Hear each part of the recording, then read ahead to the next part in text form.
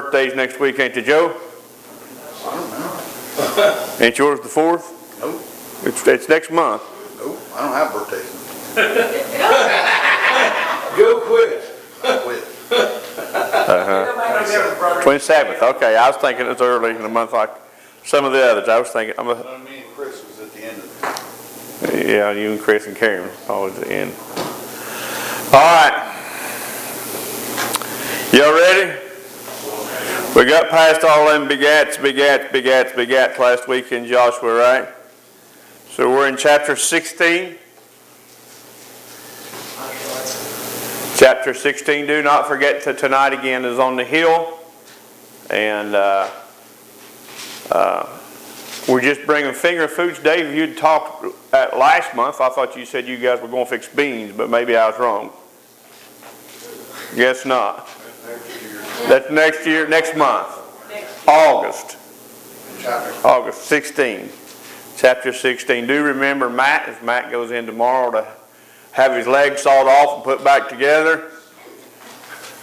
I know he's looking forward to all that pain and agony. And all that. One day is really bad. Yeah, Matt. Just one day, Matt. It's really bad. He's going to buy that, all right? The rest of them are just fine. Day 2, just remember that. Day 2. After day 2, it hurts, but not like day 2.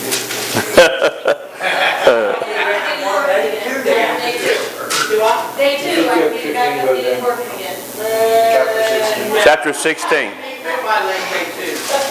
Also tonight, our state moderator, Brother Mark Price, will be here to preach for us up on the hill.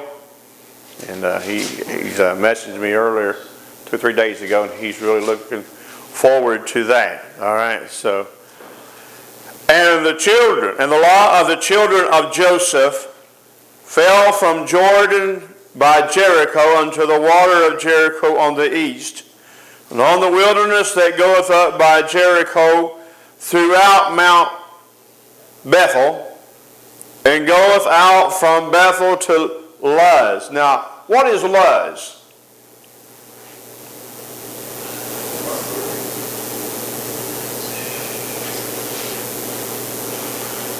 Here's the thing about a lot of these towns that we study in the scriptures. The people that live there or inhabitants of the land called this town one thing, but then when the children of Israel would come in or someone would take it over, they would change the name of it. And Luz actually happens to be one of those places. And Luz, if my memory serves me correct, actually is Jerusalem. And it's got about 2 other names besides that before it actually gets to and stays into Jerusalem. And passeth along unto the borders of Archiah, unto Araroth, and goeth down westward unto the coast of Jephthah, unto the coast of Beth Horon, at the Nither, and to Gezer, and the goings out toward that are of the sea. In other words, what we would call the west bank of Jordan really is the majority of the land that belongs to the tribe of what? There's actually 2 tribes that's mentioned. Here it's just the tribe of Joseph, but it's broken down into Manasseh and Ephraim. Remember when the children of Israel got ready to go into the land, or came to, before they went in to possess the land, that half of the tribe of Manasseh decided, we like it here. The other side, half wanted to go on in. So that's one reason that you've got land on both sides of the river of Jordan there. And the children of Joseph, Manasseh, and Ephraim took their inheritance. What does it mean when it says they took their inheritance?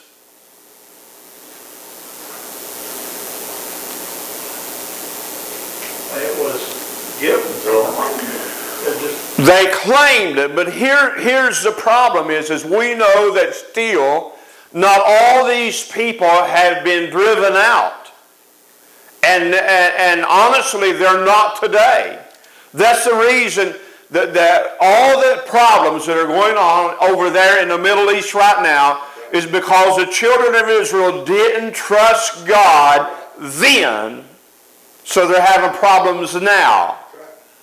You ever had anything happen like that in your life? They'll say they're reaping what they have sowed. It wasn't their faith, it was their lack of faith. They made leagues with some of them, and some of them, if God said, I will without fail drive them out before you, and now the people are still dwelling among them, whose fault is it? Well, how does it have to be the people? Disobedience. Their disobedience, again, their lack of faith, because when God says He'd do something, what's that mean? It means He'll do it. Or if He says He won't do it, I don't care how much you beg or plead or whatever, He ain't going to do it. All right? So God is a man of His word. And, used to be in our country today, when somebody told you something, you could take it to the bank. You can't no more. You can't. Matt's in the real estate industry, and I guarantee you he can verify that real fast. People just, they'll tell you one thing, and it comes right down to it. They do something else.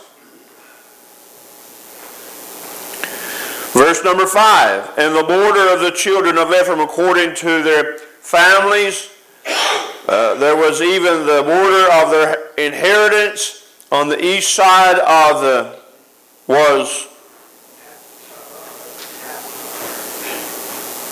and Beth-horon the upper. Notice that the other one was the nether. Now here's Beth-horon the upper. And the border went out toward the sea, hey, say that in Judy. Michmetha to the south side, or to the north side, I'm sorry. And the border went about eastward unto, and passed by it onto the east to, and it went down from Jenahona, yeah.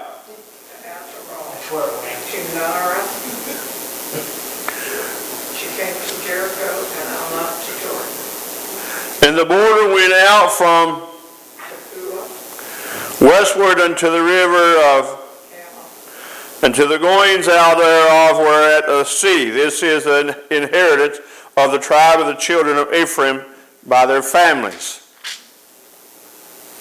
And the separate cities of the children of Ephraim were among the inheritance of the children of Manasseh, all the cities with their villages, and they drove not out the Canaanites that dwell in Gezer, but the Canaanites dwell among the Ephraimites unto this day, and serve under tribute. Now, when this scripture was written, they did serve under tribute, but today, Palestine, you ever hear of that on the news? This is where this is talking about. The PLO, the Palestinians, these Gezer is still over there. This old city, it's still there. It doesn't belong to Israel. They're still fighting for that land. Now I realize that God gave them all that land, but why the other people are there, why all that, every day, them people fire rockets at Israel. You just don't hear about it anymore. Every day, they're firing rockets and setting off roadside bombs, and it's just got to be that the news media don't cover it, because unless Israel does something against them, they don't cover it. But what the PLO and those other guys do to Israel, they just turn a blind eye. Kind of like here in the United States, people are destroying everybody. You see that all over the news, but you don't see nothing about the good people. They're waiting on Israel to do something so they can make a story out of it, put it on television. But No.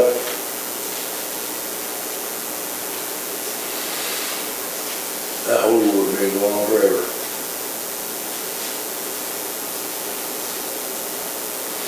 Let's go on into 17 and read through those verses there.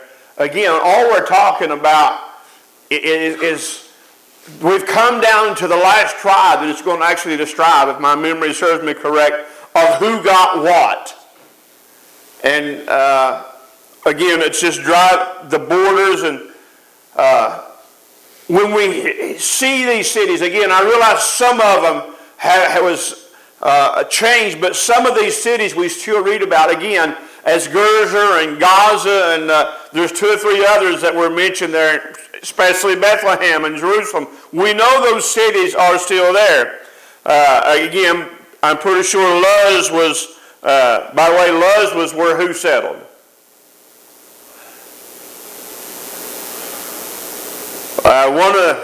One of the patriarchs, that's where, not the patriarchs, but one of the guys before there, remember he coming down, he settled in Luz. There was also of the lot of the tribe of Manasseh. And remember, Manasseh is the one that half of them went across and half of them stayed. For was the firstborn of Joseph. Now, notice that Ephraim's land is divided out before Manasseh. Why?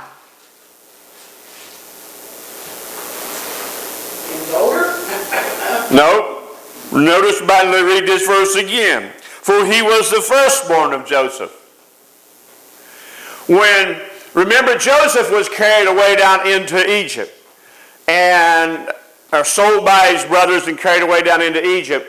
His father thought he was dead. Remember, the story, he sins and he brings Jacob or Israel, whatever you want to call him, down into the land of Egypt. When he got ready to die, Joseph brought his sons in for him to bless the sons.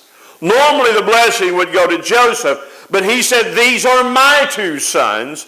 And Joseph took these children and lined them up. Now, when they blessed with the right hand. All right? So Joseph lined up Manasseh over here and Ephraim over here, and he's pushing Manasseh in to get the birthright blessing. The firstborn. Joseph was the firstborn son of the beloved wife Rachel. So Joseph was to receive the birthright blessing, which is the double portion. And instead of what he did is when he started bringing the boys in, he switched his hands up. And he said, no, he's over here. He said, wait a minute, I know what I'm doing. The older shall serve the younger. The heart of Manasseh, God knows the heart of every individual. And he knows how they're going to conduct themselves and how they're going to live. So therefore, again, he's in the providence of God, the wisdom of God, he put that blessing where it needed to be. Wasn't it his dad or grandpa done the same thing? Huh? Was it his dad or grandpa done the same thing with Jacob or Esau? And when they switched, they faked Joseph. They put all the hair on him to make him look like Esau. That was Isaac, and of course Rebekah's the one that come in and done that and said, hey, your father wants it, this is your golden opportunity. I believe the mother knew that Esau had sold his birthright for a bowl of soup. Yeah. And that's really what it was. A bowl of vegetable soup. I don't like vegetable soup that much. I'd rather have chicken noodle soup, just saying. Huh? You got to be mighty hungry to sell your birthright for a bowl of soup, but he did. I mean, and if I don't eat something now, I'm going to die. That's the kind of fellow that he was. I mean, that's the statement that he made. He said, what good is this birthright to me if I don't die? I mean, I'm going to die of hunger here. He probably a Baptist have been about 6 hours since he eat. Huh? If it would have been meant to be, God would have done it. Well, that was done by trickery, all right? By deceit. This was done by divine purpose when he crossed over those hands and gave that blessing to the younger one, which was Ephraim. All right, so back to Manasseh here. He's the firstborn, right?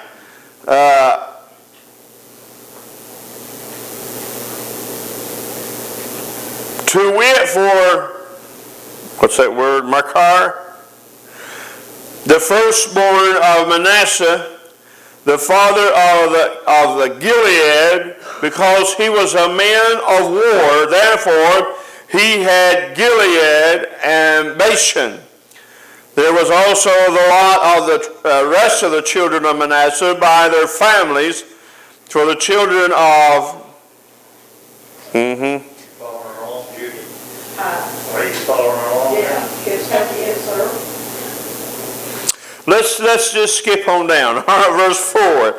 Then came before Eleazar the priest, and before Joshua the son of Nun, and before the princes, saying, The Lord commanded Moses to give us an inheritance among the brethren. Therefore, according to the commandment of the Lord, he gave them an inheritance among the brethren of their father. And there fell 10 portions to Manasseh, beside the land of Gilead and Bashan, which were on the other side of Jordan, because the daughters of Manasseh had an inheritance among the sons, and the rest of the Manasseh sons had the land of Gilead. And the coast of Manasseh was from Asher, that lieth before Shechem. By the way, Shechem is a city that's been mentioned before, because that's one of the cities where Jacob actually was at for a while. Now Manasseh had the land of, but Tepuah on the border of Manasseh belongeth to the children of Ephraim. So if Manasseh had the land, and the land set in the border, that's would cause strife, wouldn't it? And the coast of the ascended down into the river of Canaan. Southward toward the river, these cities of Ephraim are among the cities of Manasseh, and the coast of Manasseh also was on the north side of the river, and the outgoings of it were at the sea, southward at Ephraim, and the northward, and verse 12, and yet the children of Manasseh could not drive out the inhabitants of the cities, but the Canaanites would dwell in that land. We just read that one of these men is a man of war. Back in verse number 5 or 6.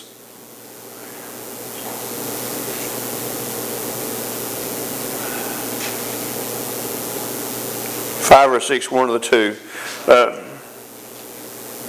Anyhow, if you're a man of war, in other words, you are very good at war. That's what that's really saying, that he's valiant in battle, able to overcome. But yet they did not overcome their enemies. Now, I realize that there are days that you and I don't do very well. No, we don't. A lot of times But there are days that we do overcome. Right? It's not every day that the devil gets rule in my life. There are times or moments, I really should say, not days, but there are moments that we allow him to take over, to have rule in our life. But not all the time. These people here, again, simply because they didn't strive, they gave up. If you and I give up, we are defeated. That's right. Regardless of whatever it is, whether it be normal matters of life or whether it be the things of God here at this church, if we sit back and we give up and we compromise, if we take on the mindset that if we can just keep what we've got coming to church, we're defeated. We've got to keep constantly reaching out. All right? Could not drive them out. Verse 13, and it came to pass when the children of Israel waxed strong that they put the Canaanites to tribute, but did not utterly drive them out. When we think, what God said to do was to utterly destroy. But when we think that, we know better than God, and we don't have to kill them, but we'll just keep them under our hand. We'll just make them pay us taxes and all that. Here's the thing, is when you get comfortable. I realize today we live among a world that is not Christian. But if we get comfortable enough and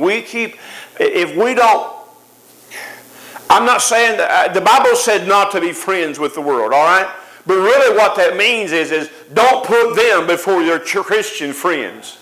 That's really what that's saying. And if I become closer to my friends that are non-Christian, and I do have friends that are non-Christians, if I spend more time with them, if I become more comfortable hanging around them, then what's going to happen is I'm going to drift away from these over here. I asked Rebecca last night about a young lady that they graduated with from high school together. They were best friends, even all the way through school. And when Rebecca got married almost 4 years ago now, I asked her, I said, hey, how is she? Do you ever talk? We just don't talk anymore, Dad. They drifted away. And that's what happens with a lot of people. You miss church today, and it's not bad at all. But when you miss 2 in a row, and then 3 in a row, that desire to get back to the house of God gets less and less. And these people here, what happened to them is they got comfortable living among heathens. And I'm not trying to downgrade these people and make them look bad. That's why God called them. They were pagans. In other words, they worshiped false gods, and God called them heathen nations. They got comfortable. That's why we have Roe versus Wade. That's why we have 100,000 babies aborted just every couple of days. It was amazing to me all the things that were shut down, but yet the abortion clinics were essential. I'm just saying. The church has got lax on a lot of things. I remember a time when Christians would not go to the grocery store or to the gas station or do anything on Sunday. Huh? That's right. I remember when they weren't open. You couldn't go to a restaurant and eat out on Sunday because they weren't open. But it's just easier for me to go down there and eat. Well, just go. If I go home and cook, I've got all that mess to clean up after I get done cooking. And, we've got lax on a lot of things that we used to hold. I'm saying the church as a whole used to hold as standards. I know I worked at Kroger years ago, and there was a guy, and we would have to take our turns on Sunday to work. There was a guy that would come in, and every Sunday he goes, I wouldn't work on Sundays if I were you. I don't think you should. Well, he was saying that every time he came in Sunday. So one Sunday I looked at him and I said, if you wouldn't come in on Sundays, I wouldn't have to be here. He goes, never thought of it that way. He didn't say that no more either, did he? No, he did not. When we talk about being with sinners, being friends with them and stuff, to me, and when we talk about this country, how it just done away with part of them and part of them, to me it's like our sin in our life as a Christian. We think, it's not a big deal if we do this. It's really not a big deal. But then we got this little big deal, we got this little deal, and this little, and it ends up making a big deal. And that's, in our life, it destroys us. As it did this country, leaving what God said to get out. A little leaven. Well, that's a little you're going to do, you take a 50-pound bag of flour that's just unleavened flour, put a pinch of yeast in it and seal that thing back up and leave it there for a while. I'm talking a pinch. Not a teaspoon or a tablespoon or half a box. Put a pinch in it. And if you leave it there long enough, the whole bag will be leavened. It may take a while. Because that's the thing. It doesn't, that's my problem with baking yeast rolls. I love yeast rolls. I can't bake them. You know why? I don't have the patience. I even go buy that fast rising yeast mix, where you just cover it for an hour. An hour later, I'm putting them things in the oven. They still ain't ready. I mean, if you want it done right, I guess you got to mix it up today and bake it tomorrow. I don't know. I've never baked them, but I can't get it to do. They come out little rocks. All right, just leave my biscuits and cornbread alone. I can handle that, but I can't because I don't have the patience. I used to street racing when I got saved. I was probably one of the most notorious street racers in Columbus. Every Friday, Saturday night, and Sunday, all day Sunday, we'd find a place. I'd map out places to go to street race. That was my life for Friday to Sunday night. When I got saved, all those guys wanted me to come back and bet on the races or drive one of their cars or set up the races, how many cars you need and all this stuff. And I wouldn't do it. And one night, little Kurt Muncie asked me, after a couple of years, little Kurt Muncie asked me out to come back to Columbus and come to the street race. And he advertised to everybody that was my friends back in them days that I was coming, and that parking lot had probably over 800 people. Didn't make one bit of difference if I was a Christian when I was standing there. And after about 15, 20 minutes, there's a couple things that happened, and I just looked over Kurt and I said, "This is not me anymore, brother. I found a new race. Listen, I don't have to do nothing but put my hands on it and hold on. I don't have to do nothing for it. Just believe in what he tells me, and that's the end of it." And I never went back again. Never. All right, let's say we're all on a diet. All right? I said let's say. I didn't say we was, Joe. We're just hypothetical speaking here. We're on a diet. We're eating good. We're doing well. I mean, we've purged our system of sugar, and then all of a sudden, all right, one piece of pie won't hurt you.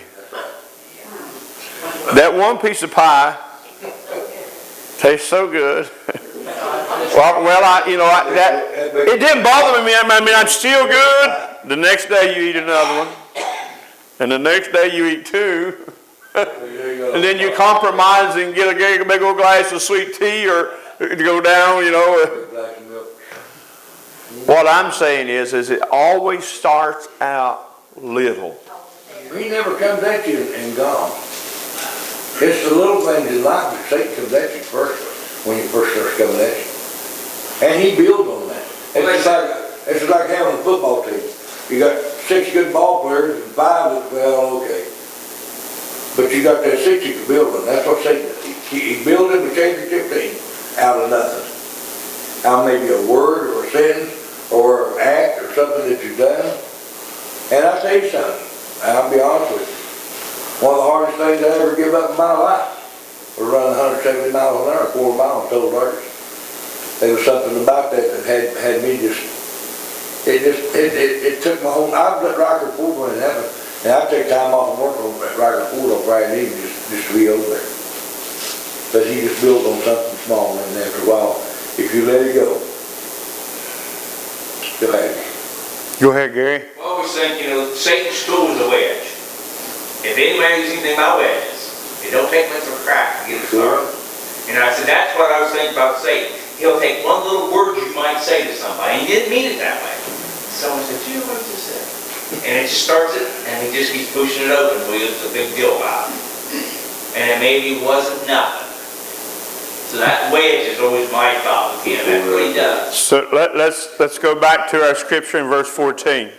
And the children of Joseph spake unto Joshua, saying, "Why hast thou given unto me, or given me, but one lot, and one portion to inherit, seeing I am a great people, for as much as the Lord has blessed me, hitherto.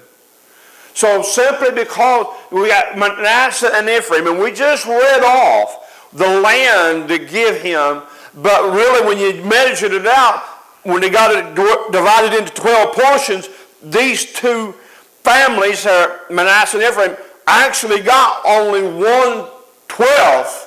And they're like, why did you just give us one? I mean, we're the biggest out of all of them, for the Lord has blessed us. Now, how many times, you know what this sounds like? This sounds just like this young generation today that feels entitled. I mean, Exactly. you're only willing to give me half the money that I need to pay for my college. You ought to pay for my whole I'm school. gonna pay for everything. I've had that told me. Same here. What do you think about that? Doesn't that sound like it today? So remember, there's nothing new under the sun. People had the same attitude back then as what they do now. I straightened my boy up, but he told me point blank, put me dead down. Said, you owe me the rest of your life for me being born. Of course, now he got put on the dirt there a little bit with his three right hands. And Joshua answered them, if thou art a great people, then go out, get thee up to the wood country, and cut down thyself therefore, if it had the land of the Pezerites and of the giants in Mount Ephraim, be too narrow for thee. If you want more, go get it. What they wanted, though, was everybody to fight for it and then get to reap the benefits. Yeah. Kind of like a hyena. They would just like to tear everything up, but they were work everything. You know, we used to, you ever ride a car hood down a hill on snow? I talked to the river. Or, you know, you take a big coal truck in or two, blow it up, and put about 8 or 10 people on it and ride it down. That's really fun, isn't it? Who likes to drag it back uphill? Yeah. There's a lot of people want to get on that thing and ride it downhill, but not everybody wanted to drag it back uphill. And that's what's going on here. They want to ride the wagon back down the mountain, but they want somebody else to pull it to the top. They don't want to pay for it. You're going to have anything, you got to fight for it. You got to work for it. Right? If you're going to have anything. And some people, I realize there's a point where you got to say, hey, you know, enough is enough. Or learn to be content with whatever. But some people just settle for just enough to get them from till 12 o'clock. And then from 12 o'clock to 3 o'clock. And from 3 o'clock to maybe dark. Now I realize today our life is a vapor. We could all leave here today. Any of us could leave here right now at this very moment. We're not promised tomorrow, the old saying. But common sense tells us we got to lay up store. That's right. Right? Well, Jesus said in Matthew. I ain't said a word to my wife yet, but you know, I don't know about your garden. Mine ain't done nothing. And I like fresh green beans. So I'm going to start finding me a place where I can buy me some fresh green beans. Because mine has bloomed for the last month and got 2 or 3 little beans hanging on them, 5 rows. All they've done is bloom, bloom, bloom, bloom, bloom, bloom, bloom. Promises. They ain't coming through. 5 rows of taters. I got 5 rows of corn over there that's this high. And got ears on them. About that long.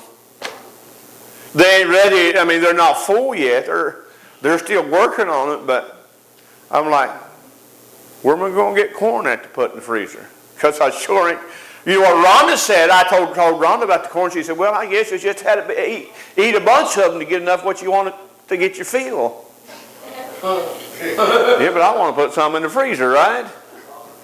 That way come along about December when I want fresh ears of corn, I can just go throw open the freezer and throw 4 or 5 ears over in a pot and cook them and say, well, y'all going to eat.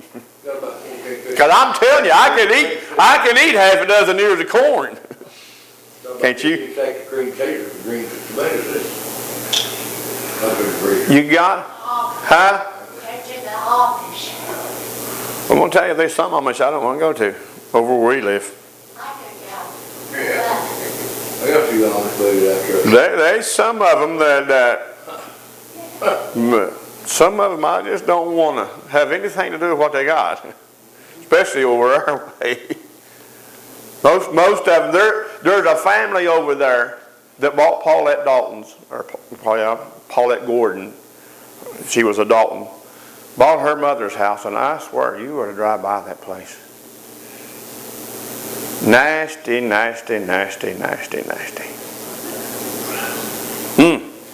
All right. But what's it got to us today? Huh? I don't believe in insurance, but they have an insurance claim when they burnt their house down. Yeah. How they have an electrical part Yeah. in their house that they built. I telephone too, Joe. I got a buddy that's got a telephone, and he's a good fella. I asked him point blank one day, I said, how you charge it? He just looked at me, he didn't want to answer. I said, well, I know you have to put it in the juice somewhere. I got one of them things, if you don't put it in the juice every once in a while, she'll go dead on you. All right, verse 16.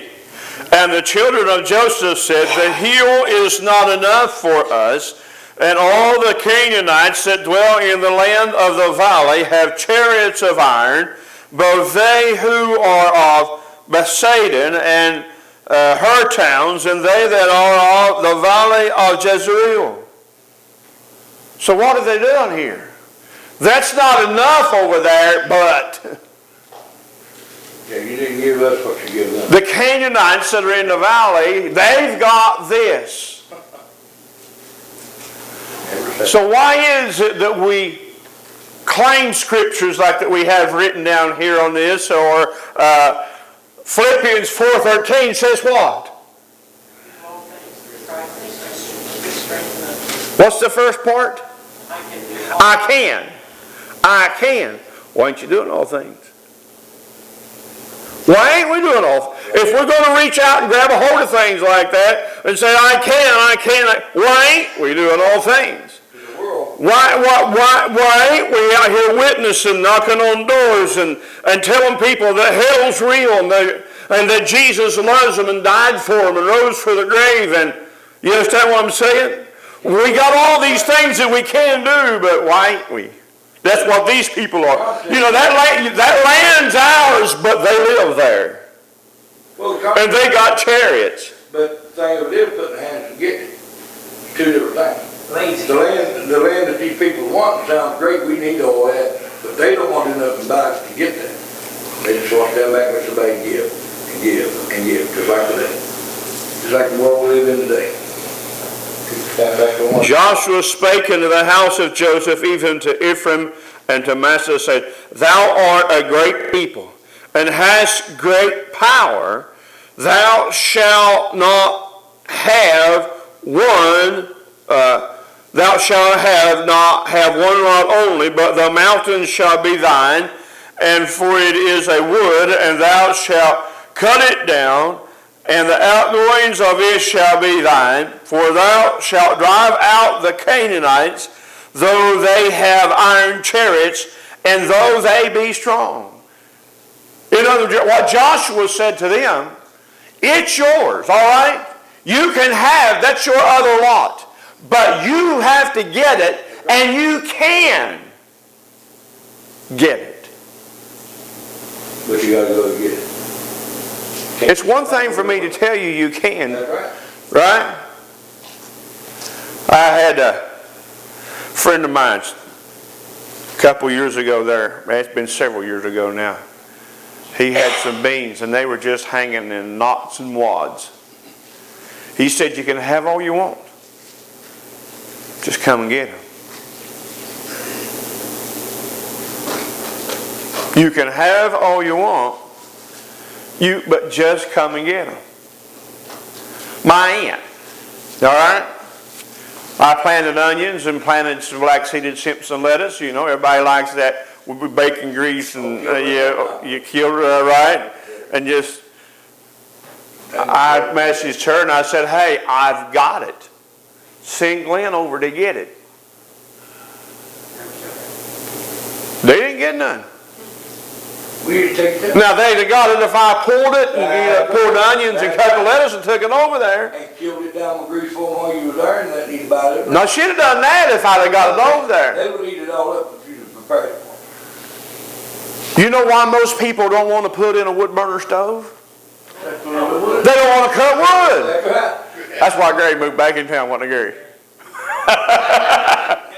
Let me tell you why Gary moved back in town. He's afraid he'd lose another finger or two while Cheryl was out there. I'd get another one of hers. Or get another one of hers. I got a new big wood burner. So, you know, if you're going to have something, you got to work for it. You know, if it's one thing to plow the ground and plant the garden, but guess what? You got to keep the weeds out of it. Right. And when it's hot and dry, you got to be like Jade and get up Jade and Matt back yonder and take 28 gallon of water out there a day. 40-some gallon of water out there a day. If you're going to have anything. That's why my garden ain't done much. I'm too lazy to stretch a water We hose out watered there. her every day and didn't do nothing. We, Sister Debbie watered that garden. I watched her, all right, Kelly. She watered it, we didn't do no good. My part down. Oh, Lordy. Debbie Oh. got a few taters, a few onions. I got the zilch. So what do we take out of these two chapters? Anything worth working for. Is that what you said, Scarlett? What did you say? Work for what we want. Work for what we truly want. Because you'll get what you work for. Well, the Bible even speaks about three places. So if a man don't work by the sweat of his brow, he shouldn't eat. The other place said he's working the infidel and denial of faith. All right, let's take a break and we'll